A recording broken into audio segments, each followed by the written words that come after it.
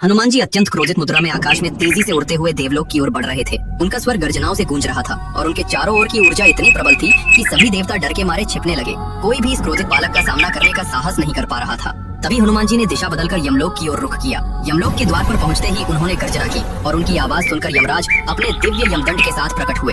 वो यमदंड जिसकी शक्ति से संसार में कोई भी जीव बच नहीं सकता था, हनुमान जी पर प्रहार करने के लिए उठाया गया।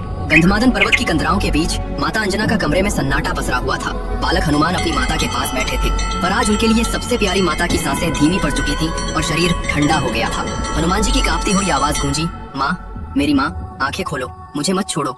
माता अंजना ने बड़ी कठिनाई से अपनी आंखें खोली और अपने पुत्र के गालों को स्पर्श किया। उनका स्वर धीमे स्पंदन की तरह था, वत्स, मेरा समय आ गया है, अब मुझे जाना होगा। हनुमान चीख पड़े, नहीं माँ, आप मुझे छोड़कर नहीं जा सकती। परंतु विधि का विधान अटल था। अगले ही क्षण माता अंजना का शरीर निश्चल हो गया, उनकी सांसें थम गईं। ये देख हनुमान की आंखों में प्रलय की ज्वाला उठी। उनका शरीर अग्नि की लपटों की तरह तपने लगा। उनके भीतर का रुद्र जाग उठा और उनकी एक चीख से संपूर्ण ब्रह्मांड कांप उठा। किसने मेरी माँ को मुझसे छीनने का साहस किया? कौन है वो जो मेरी माँ को ले गया? क्रोध और पीड़ा से भरा हनुमान खड़ा था।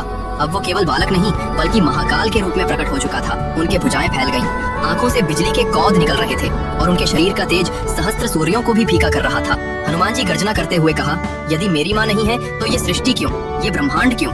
कौन है मृत्यु का स्वामी?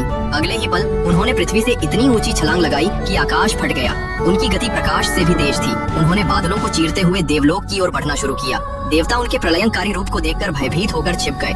इंद्र का सिंहासन डोल गया, वायुदेव सहम गए और कोई भी उस अग्निपुंज का मार्ग रोकने का साहस नहीं कर पाया। पर हनुमान जी का लक्ष्य अब देवलोक नहीं रहा। उन्होंने दिशा बदलकर अंधकार से घिरे यमलोक की ओर रुख किया। यमलोक के द्वार पर पहुंचते ही उन्होंने गर्जना की कि यमपुरी की नींव हिल गई। कहाँ है मृत्यु का राजा? आज अंजना का पुत्र न्याय मांगने आया है।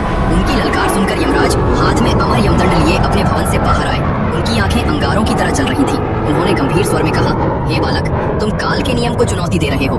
मृत्यु का विधान अटल है, इसे कोई नहीं बदल सकता। हनुमान जी का क्रोध चरम पर था।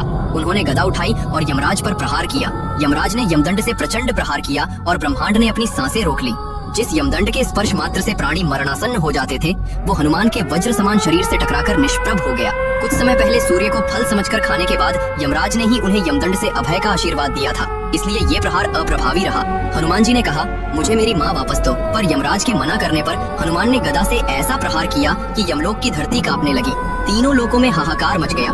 ब्रह्मांड का संतुलन बिगड़ने लगा। ये देखकर स्वयं ब्रह्मा यमलोक में प्रकट हुए और बोले, हनुमान, तुम्हारा क्रोध सृष्टि के नियमों को भंग कर रहा है। हनुमान ने उत्तर दिया, मुझे मेरी माँ चाहिए, मेरी माँ वापस करो, मैं चला जाऊंगा। ब्रह्मा ने कहा, ये सृष्टि के नियम के विरुद्ध है, तुम वापस जाओ। हनुमान जी अत्यंत दुखी होकर जोर जोर से रोने लगे।